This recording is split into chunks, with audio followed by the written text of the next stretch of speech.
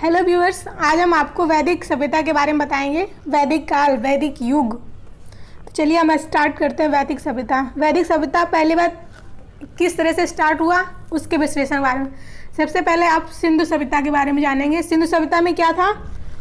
सिंधु सभ्यता में हमारी जो थी उसको आगे ऐतिहासिक काल बोलते थे। सिंधु सभ्यता को क्यों बोलते थे आगे ऐतिहासिक काल? क्योंकि उसमें जो लिपि थी वो लिखी हुई थी पर कोई इसको पढ़ नहीं सकता था, ना ही इसको पढ़ सकता था, ना ही कोई समझ सकता था। तो उसे हम क्या बोलते थे? सिंधु सभ्यता को आर्य सभ्यता बोलते थे। और ये कब स्टार्ट हुई थी? 2500 ईस्वी से 1900 ईस्वी के बीच में थी ये।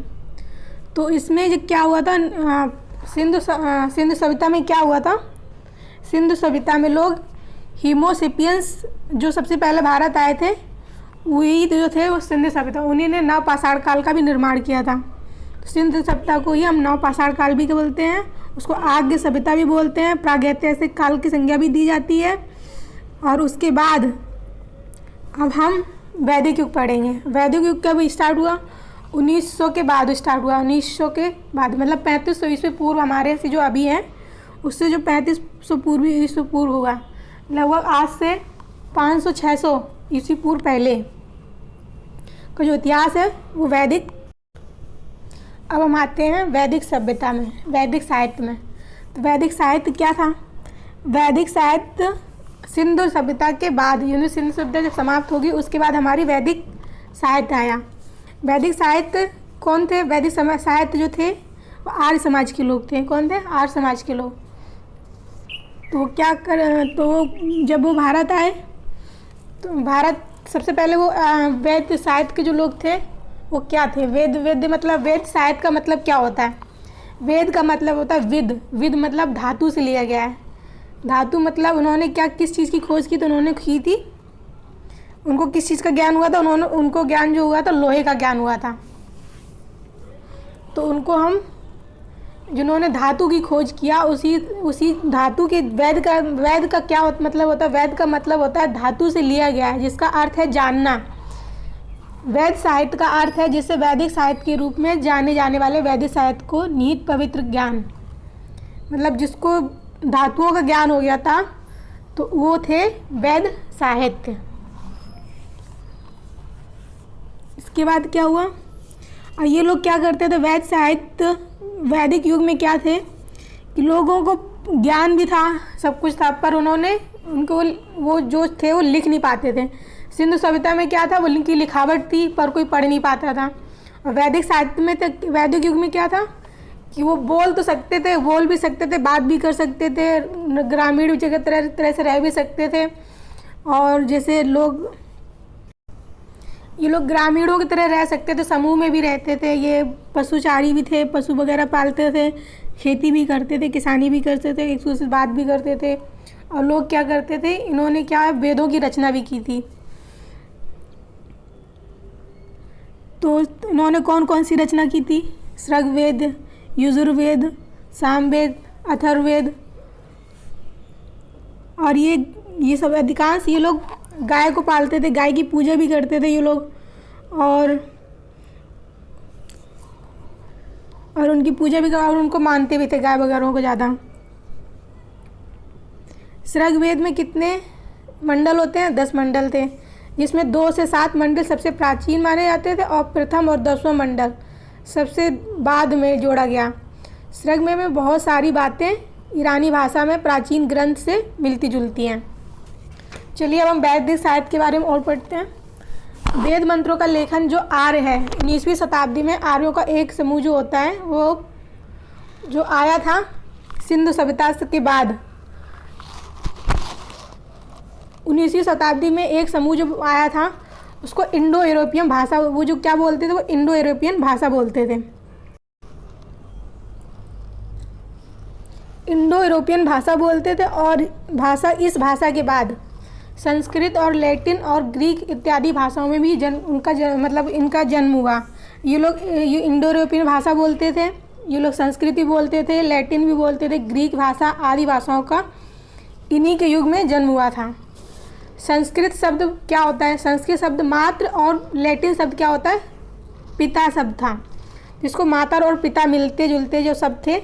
संस्कृत को मातृभाषा बोलते थे वो लोग, और पितृ लैटिन को क्या बोलते थे, पितृभाषा।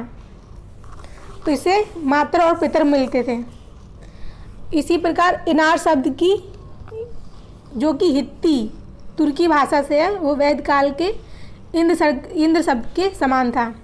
इसी प्रकार इनार शब्द, जिसको तुर्की शब्द बोलते थे, इनार शब्द जो तुर्की भाषा का है, उसे वैद काल के इंद्र शब्द के समान माना जाता था।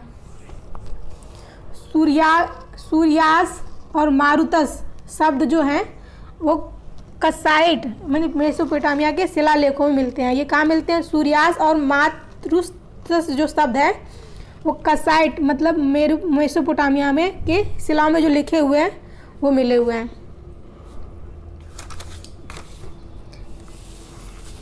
वैद काल के लोग क्या करते थे? सूर्य और मारुत के समान थे। माना जाता है कि लोग मूलतः दक्षिण रूप से मध्य एशिया के बीच फैले घास के मैदानों में रहते थे। ये कहाँ रहते थे? सबसे पहले लोग कहाँ से आए थे? दक्षिण रूस से मध्य एशिया के बीच फैले घास के मैदानों में ये लोग रहते थे। तो इन्हें क्या बोलते थे? स्टेप्स। क्या बोलते थे? स्टेप्स। यहीं से आर्यों का एक समूह ने भारत उत्तर पश्चिम में प्रवेश किया। यहीं से कुछ जो आर्य लोग थे वो किधर चले गए? उत्तर और पश्चिम में। तो इन्हें इंडो आर्यन अथवा केवल आर्यों का नाम दिया जाता। तो इन्हें क्या बोला जाता था? इंडो आर्यन या केवल आर्यों का नाम दिया जाता था।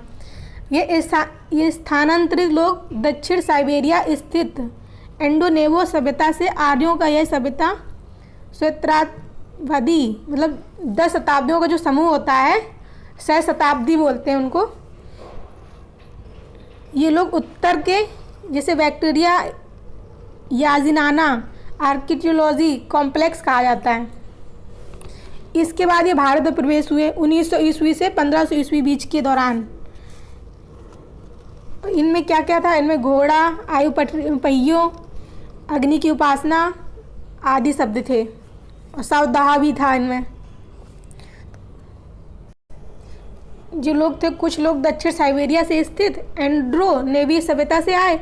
ये सभ्यता सहस्त्राब्दी मतलब 10 शताब्दियों का जो समूह होता है, ये लोग हिंदुकुश के उत्तर जिसे बैक्टीरिया याजियाना आर्कियोलॉजिकल कॉम्प्लेक्स कहा जाता है। इसके बाद में ये लोग भारत में प्रवेश हुए। भारत में कब प्रवेश हुए ये लोग? 1900 ईस्वी से 1500 ईस्वी बीच के दौरान, जिसमें हमें घोड़े और पहियों, अग्नि की उपासना, सौदाह आदि वगैरह ये लोग करते थे जब ये भारत में आए थे। ये ग्रामीणों की तरह रहने लगे। पशुपालन भी होता था, कृषि भी होता था। इसमें वेदों का ज्ञान भी था। पर ये क्या करते थे? पढ़ सकते थे, पर वो बोल तो सकते थे, एक दूसरे को बता भी सकते थे, एक दूसरे से स्थानांतरित भी कर सकते थे। इस तरह करते करते उनको लेखों का ज्ञान तो था नहीं।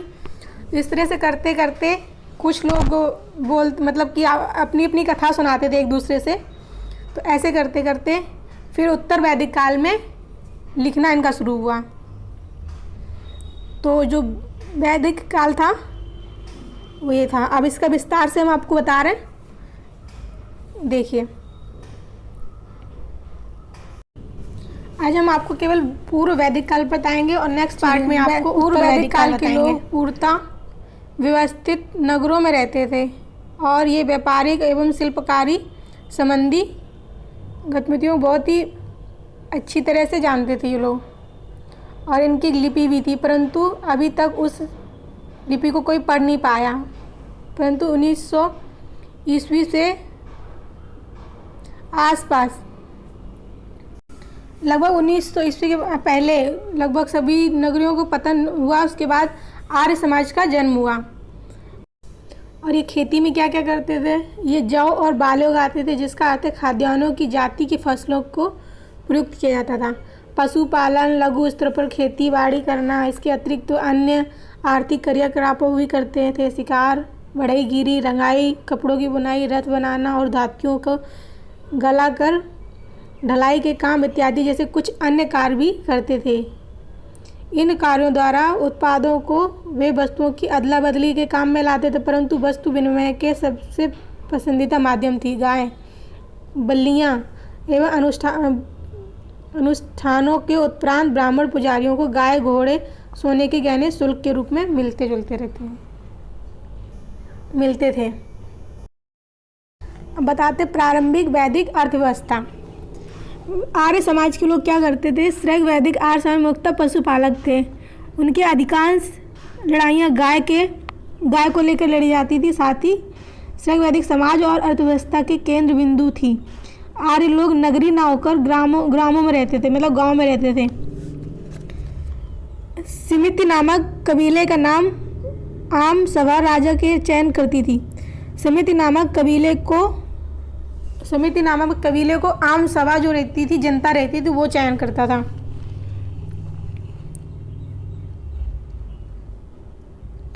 सभा, समिति और विद्युत नामक जनतांत्रिक संगठनों का भी उल्लेख उसमें मिलता है। प्रारंभिक वैदिक सभ्यता में क्या? प्राचीन वैद्य आर्य लोग पशुपालक थे। पशुपालन का मुख्य व्यवसाय था। ये गाय, दूध, मांस, चमड़ा प्राप्त करने के लिए गाय, भैंस, भेड़ें, बकरियां और घोड़े पालते थे। श्रग वेद में मिले साहित्य साक्ष्यों के विश्लेषण से हमें इनके साक्ष्य मिले हैं। गौ शब्द से अनेक शब्दों का उदय हुआ, जिसका अर्थ है गाय। धनी व्यक्ति को गोमत कहते थे और बेटी को दुहित्री, जिसका अर्थ है गाय को दूध दुहती है। गवेषणा शब्द का शब्दाधिक अर्थ है गांव की खोज करना, परंतु इस शब्द का अर्थ लड़ाई भी है, क्योंकि पशुओं को कारण अनेक लड़ाइयाँ भी लड़ी गई हैं। गायों को संपूर्ण इच्छाओं की पूरी करने वाली कामदा समझा जाता था। पशुओं का पालन पशुओं की संख्या में वृद्धि के लिए। वैदिक काल में जो राजा चुना जाता था वो किसके द्वारा चुना जाता था? आम सभा के द्वारा चुना जाता था। राजा क्या करता था? राजा प्रजा से बलि नामक चढ़ावा प्राप्त होता था। राजा को प्रजा से बलि नामक चढ़ावा प्राप्त होता था। चरवाहों को कारवर्ती, बाजपति परिवार के प्रधान, कुलुप तथा लड़ाकू दलों के प्रधान ग्रामीणी कहलाते थे। ग्रामीणी कौन कहलाते थे? प्रधान। चरवाहों के अधिकारी बाजपति परिवार के प्रधान, कुलुप तथा लड़ाकू दलों के प्रधान ग्रामीणी कहलाते थे।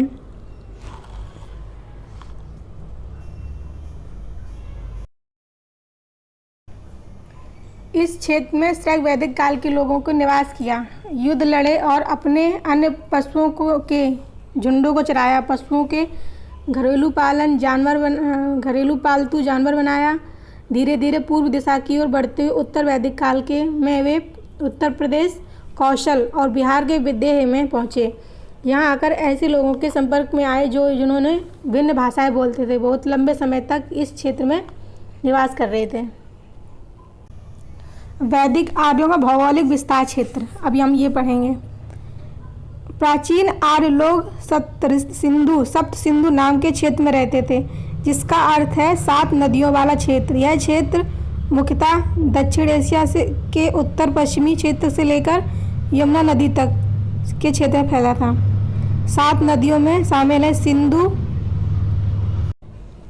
तो पहली नदी थी सिंध, नंबर दूसरी नदी थी वितिस्ता जो कि झेलम नदी बोलते हैं, आस्कनी जो कि चिनाब नदी बोलते हैं, परुश्री जो कि रावी नदी बोलते हैं, विपाशा, शतुर्द्री जो कि सतलज नदी बोलते हैं, और सरस्वती। ये 7 नदियों से मिलके यहाँ पे ये आर्य समाज के लोग रहते थे। उसके बाद शताब्दियों का समूह जो 1900 ईस्वी पूर्व काल में विकसित हुआ था।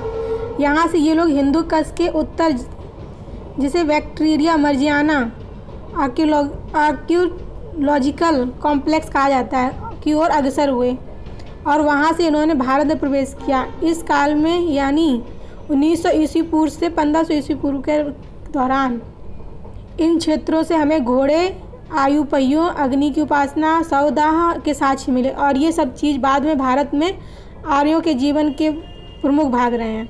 इसके अतिरिक्त कलाकृतियाँ और मिट्टी के बर्तन के अवशेषों से भी यहीं के संकेत मिलते हैं।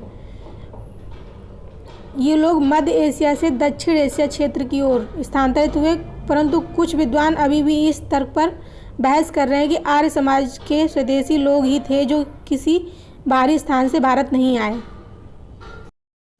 ऐसा माना जाता है कि आर्य लोग मूलतः दक्षिण रूस के मध्य एशिया के बीच फैले घास के मैदान स्टेट्स में रहते थे।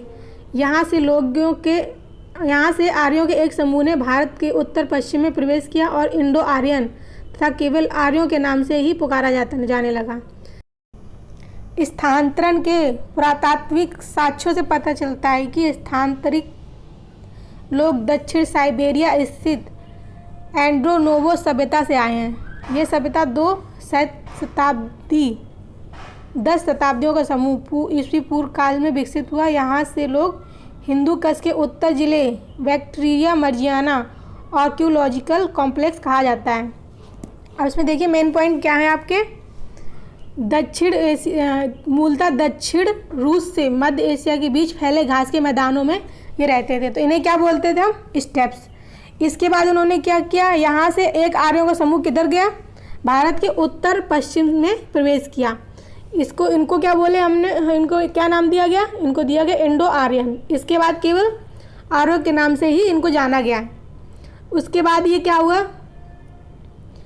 इसके बाद ये दक्षिण साइबेरिया स्थित एंट्रोनोवो सभ्यता से आए। इसके बाद ये क्या हुए, दक्षिण साइबेरिया स्थित एंट्रोनोवो सभ्यता से आए थे ये लोग भारत में। तो ये सभ्यता 2 शताब्दी मतलब 10 शताब्दियों का समूह था। ये किस तरह का, 10 शताब्दियों का समूह था। ये 10 शताब्दियों के लोग थे इसमें। तो इसको यही लोग हिंदू कश से उत्तर, जिसे क्या बोलते हैं, जिसे बैक्ट्रिया मरियाना आर्कियोलॉजिकल कॉम्प्लेक्स कहा जाता है। ये मेन पॉइंट है, आपको इसको याद रखना है। आर्यों की भाषाओं का जन्म हुआ। इसकी जानकारी इन भाषाओं के शब्दों से मिलती है जिनमें की ध्वनि और अर्थ समान है। अतः संस्कृत शब्द मात तथा पितृ, लैटिन शब्द मातर और पिता मिलते हैं। इस प्रकार इनार शब्द जो कि हित्ती मतलब तुर्की भाषा के से है, वेद काल में इंद्र शब्द के समान है। सूर्यास और मारुतस शब्द जो कसाइट मतलब मेसोपोटामिया के शिलालेखों में मिले हैं, वेदकालीन सूर्य और मारुत के समान है। जिसमें जो मेन पॉइंट है आपका ये है कि वे बोलते भी थे और एक दूसरे से बात भी करते थे, गांव में भी रहते थे, गांव बना के रहते थे, समाजवादी थे एक तरह से ये लोग।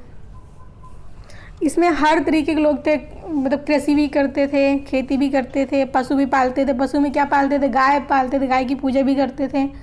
और क्या बोलते हैं, गायों के लिए लड़ाई भी करते थे। और जब भी कोई यज्ञ वगैरह होता था या कुछ भी होता था तो लोग भेंट के रूप में घोड़े या तो गाय या तो गहने वगैरह सामान वगैरह देते थे। ये लोग इस तरह से थे। तो इसके सबसे पहले भाषा कौन सी, ध्वनि और अर्थ समान है। अतः संस्कृत शब्द सबसे पहले, उसके पितृ क्या है, लैटिन शब्द है, पितर से मिलता है। इसका इनार शब्द जो कि तुर्की शब्द है, वेद काल के इंद्र के समान है। उसके बाद सुयास और मारुतस शब्द जो कसाइट मेसोपोटामिया के शिलालेखों से मिले हैं, वेदकालीन सूर्य और मारुत के समान है। और ये इंडो यूरोपियन भाषा भी बोलते हैं। सबसे पहली भाषा इंडो यूरोपियन भाषा ही थी। जो 19वीं शताब्दी जो आर्य समाज के लोग जो आए थे भारत, वो इंडो यूरोपियन भाषा ही बोलते थे। उसके बाद संस्कृत आई, उसके बाद लैटिन आई, उसके बाद ये कसाइट आई जिसको मेसोपोटामिया के शिलालेखों में मिलते हैं। अब हम आपको वैदिक साहित्य का कुछ विश्लेषण शॉर्ट नोट्स में बता रहे हैं जो आपको सही से समझ में आ जाएगा। चलिए स्टार्ट करते हैं। सबसे पहले वैदिक साहित्य का गहन अध्ययन से पता चलता है कि वैदिक ग्रंथ साहित्य की दृष्टि से सामाजिक एवं सांस्कृतिक विकास के 2 चरणों में क्रमिक विकास की जानकारी देते हैं। ऋग्वेद जो कि प्राचीनतम ग्रंथ है, सामाजिक एवं सांस्कृतिक विकास के एक चरण की जानकारी देता है। अन्य 3 वेद दूसरे चरण में विकास क्रम की जानकारी देते हैं। प्रथम चरण को ऋग्वैदिक काल, प्रारंभिक वैदिक काल कहते हैं और इसके बाद के चरण को उत्तर वैदिक काल कहते हैं। प्रारंभिक काल ऋग्वैदिक मंत्रों की रचना का काल है। 1500 ईस्वी पूर्व से 1000 ईस्वी पूर्व के कालखंड में इस काल विधि में रखा गया है। उत्तर वैदिक काल की अवधि 1000 ईस्वी पूर्व से 600 ईस्वी पूर्व मानी गई है। कितनी मानी गई है? 1000 ईस्वी पूर्व से 600 ईस्वी पूर्व के बीच मानी गई उत्तर वैदिक काल।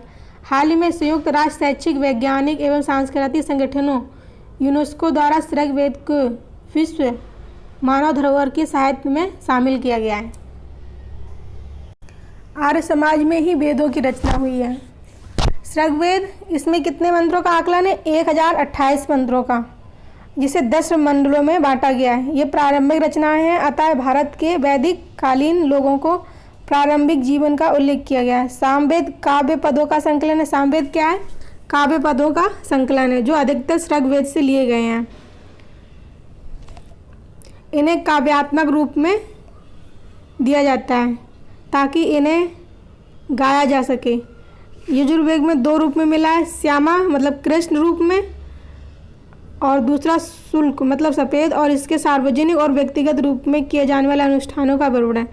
अथर्ववेद जादुई तंत्र मंत्रों का संग्रह है, जिसका प्रयोग भूत प्रेतों को भगाने तथा रोगों के उपचार के लिए किया जाता था। ऋग्वेद का अंकलन मंत्रों का अंकलन कितना है? 1028। इसमें कितने मंडलों में बांटा गया? इसको 10 मंडलों में बांटा गया। ये प्रारंभिक रचनाएं हैं। इसमें भारत के वैदिक कालीन लोगों को प्रारंभिक जीवन का उल्लेख किया गया है। सामवेद काव्य पदों का संकलन है। सामवेद क्या है? काव्य पदों का संकलन, जो अधिकतर ऋग्वेद से लिए गए हैं। मतलब इनको एक काव्य के पदों में बनाया गया है, लेकिन इसका जो वो सब लिया गया है सारा कुछ, तो उस किससे लिया हुआ है? ऋग्वेद से।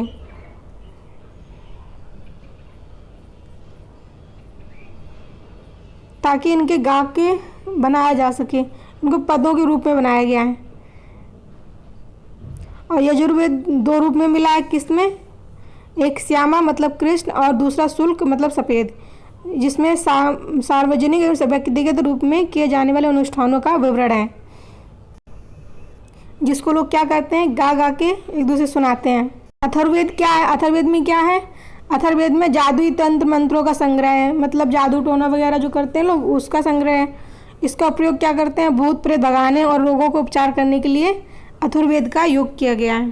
अथर्ववेद का प्रयोग किया गया है। अब हम आपको इस काल में लोग क्या क्या करते हैं वो बताने जा रहे हैं। सबसे पहला कहते हैं न्याय व्यवस्था थी। न्याय व्यवस्था इनकी कैसी थी? न्याय व्यवस्था धर्म पर आधारित होती थी। राजा कानूनी सलाहकार तथा पुरोहित की सहायता से न्याय करता था। मतलब इनका जो न्याय व्यवस्था थी वो धर्म पर आधारित होती थी। जैसे राजा कानूनी सलाहकार तथा पुरोहितों की सहायता से न्याय करता था। चोरी, डकैती, रायजनी आदि अनेक अपराधों का उल्लेख मिलता है। इसमें पशुओं की चोरी सबसे अधिक होती थी, जिसे पड़ी लोग करते थे। पुत्र प्राप्ति हेतु देवताओं से कामना की जाती थी और परिवार संयुक्त होता था। ये पूरी तरह से धार्मिक थे, एक तरह से कुल मिला के बोल सकते हैं पूरी तरह से ये लोग धार्मिक थे। ये लोग क्या करते थे कि कानूनी व्यवस्था के लिए किसके पास जाते थे? राजा के पास। राजा क्या करता था? सलाहकार और पुरोहित से सहायता, उनकी सहायता से न्याय करता था। और वहाँ उस समय क्या क्या होता था? चोरी भी होती, डकैती भी होती, रायजनी आदि उनके अपराधों का उल्लेख मिलता है। इसे पशुओं की चोरी सबसे अधिक होती थी। उसमें सबसे ज़्यादा क्या होता था? पशुओं की चोरी सबसे अधिक होती थी, जिसे पड़ी लोग करते थे। कौन लोग करते थे? पड़ी लोग। पुत्र प्राप्ति के लिए देवताओं से कामना की जाती थी, परिवार संयुक्त होता था। जीवन कैसा था?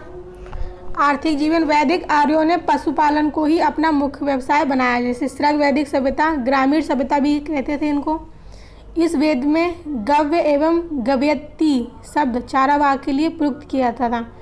इस काल में लोग गाय का प्रयोग मुद्रा के रूप में भी होता था।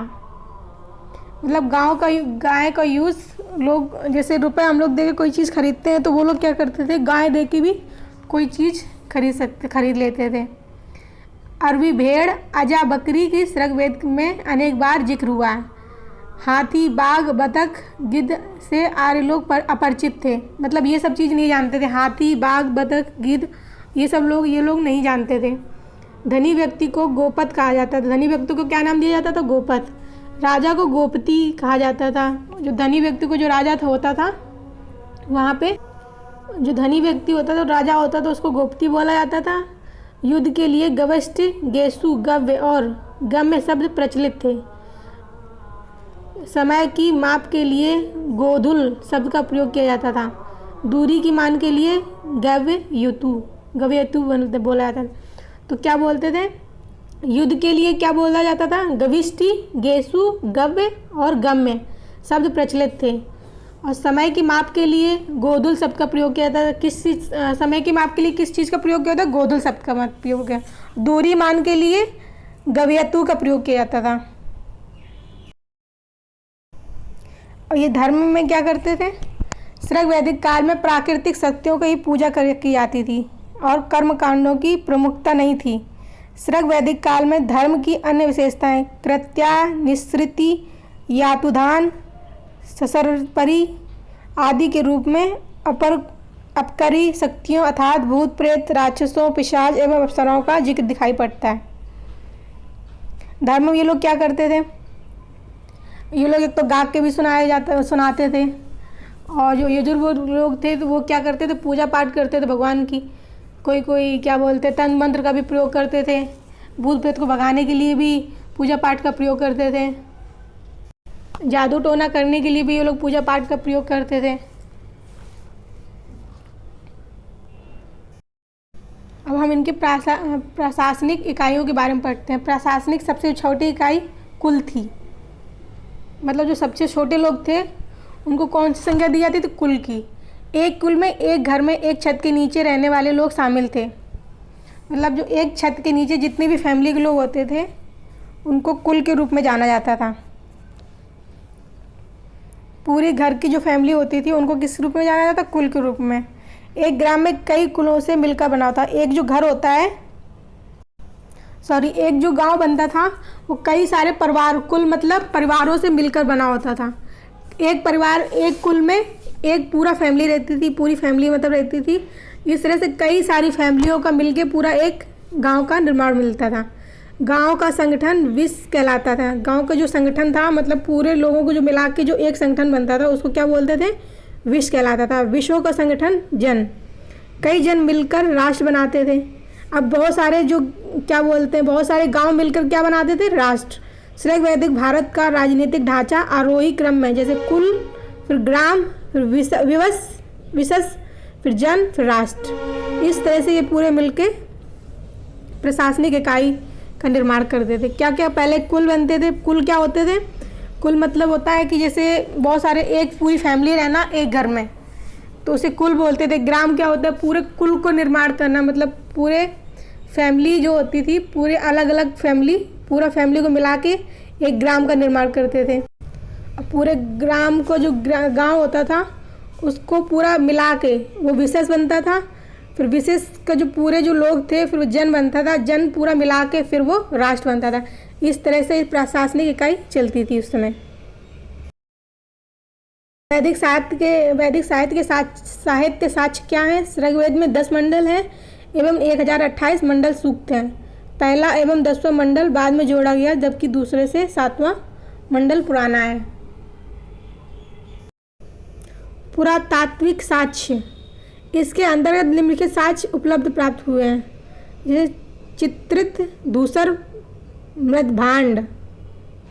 सेकेंड है खुदाई में हरियाणा के पास भगवानपुरा में मिले 13 कमरों वाला मकान, तथा पंजाब में भी प्राप्त 3 ऐसे स्थल जिनसे संबंध श्रग वैदिक काल से जोड़ा गया है।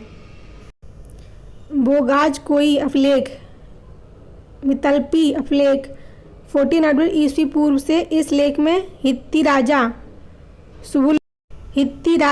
सुब्बी लूलियम और मितात्री राजा मत्ती आजा के मध्य हुई संधि की साक्षी के रूप में वैदिक देवता इंद्र, मित्र, वरुण और नासत्य का उल्लेख है।